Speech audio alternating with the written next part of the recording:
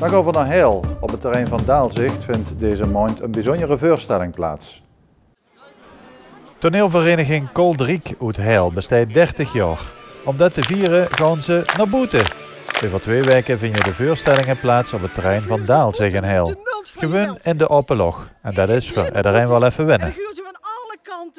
Het stuk gaat dit jaar over de Bokkeriers. De Bokkeriers is waarschijnlijk wel bekend hier in de streek. Ja, het is een groep rovers. Ik vergelijk ze wel eens met een motorbende-achtige groep. Arme mensen die voor hun geld moesten gaan stelen. Maar ons verhaal heeft nog meer verhaallijntjes. Er zijn ook het verhaal tussen 2 vrienden. De een komt bij de Bokkeriers en de ander bij de tegenstanders, bij de schutterij. En die komen elkaar dus eigenlijk tegen op het slagveld op het laatst. Worden ze tegenstander. 2 hele hechte vrienden. Dat is een verhaal. Er zit ook een liefdesverhaallijn in. Dus er zitten wel 4 verhaallijntjes door dit toneelstuk heen. Het is ook echt een toneelstuk, hè? Geen musical. Het is een toneelstuk, het is geen musical. Nee, het is wel een tragedie. Maar het is wel een spektakel. We hebben wel gezorgd dat we heel veel acteurs hebben en dat er iets te zien is. Bijna continu. En dan stond ik dan op die kamer. Met zo'n woeste, gespierde kerel recht tegenover mij. Ik hijgde van consternatie. Mijn borst ging op en neer. Op en neer. En hij keek me met een vurige blik diep in mijn oog aan. En met zijn naast binnen tegen mijn naast aan zag er dat er mij wel even zo laten kijken dat er de duivel was. Oh, daar kreeg ik wel wijke knieën van.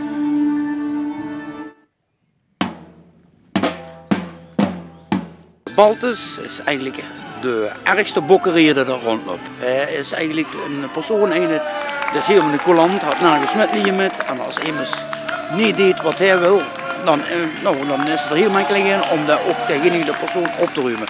Een heel andere persoon als de dokter, die broer dus in dit stuk. Die is coulant en die had nog medelijden en die is goed voor het volk.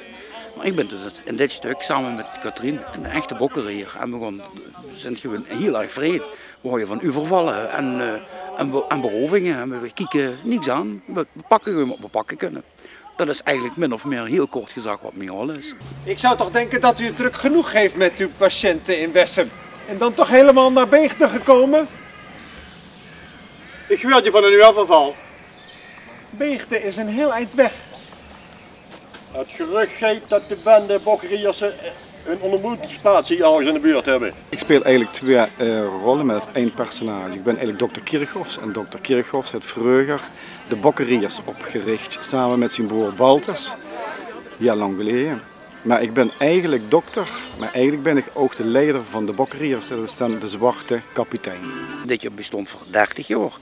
En we hebben toen min of meer gezegd, elke 4 jaar, dus vanaf het 25e jaar, dan voor een boetestuk. Vragen om iemand? Ja, nou, dit jaar is voor ons dus het 2e jaar. 5 jaar geleden hadden we de smaak van het grind.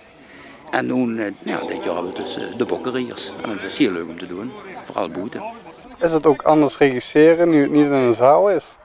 Jawel, je hebt heel veel meer ruimte en je hebt langere lijnen, looplijnen heet het dan. Dus de acteurs moeten zorgen dat ze eerder in beeld zijn.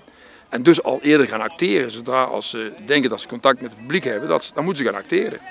En dan moeten ze dus al acteren terwijl ze eigenlijk aan het oplopen zijn. En normaal kom je vanuit de coulissen en dan ben je op. En dan heb je meteen contact. Dus de looplijnen zijn veel langer, maar ik heb veel meer ruimte. Uiteraard heb ik ook last van muggen en van hitte en van kou, maar dat maakt het wel leuk. Locatietheater.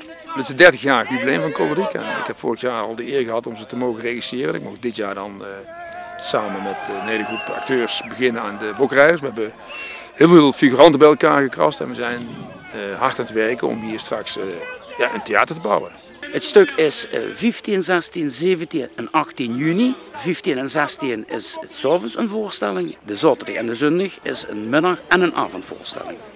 Dus in totaal 6 keer spelen. Gang maar, ik red me wel. Ik kom wel toe.